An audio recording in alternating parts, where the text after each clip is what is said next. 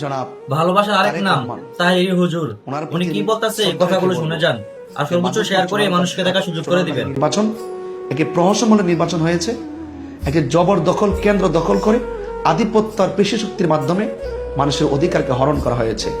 আপনি এই বিষয়টি অবশ্যই গুরুত্বের সাথে দেখবেন, যেখানে মোমবাতির কোনো এজেন্টদের, অনেক কেন্দ্রে এজেন্টদের কোনো স্বাক্ষরই নাই। এত কিছুর পরেও আপনারা কি বলবেন যে চুনারঘাট মাধবপুরে সুষ্ঠু নির্বাচন হয়েছে?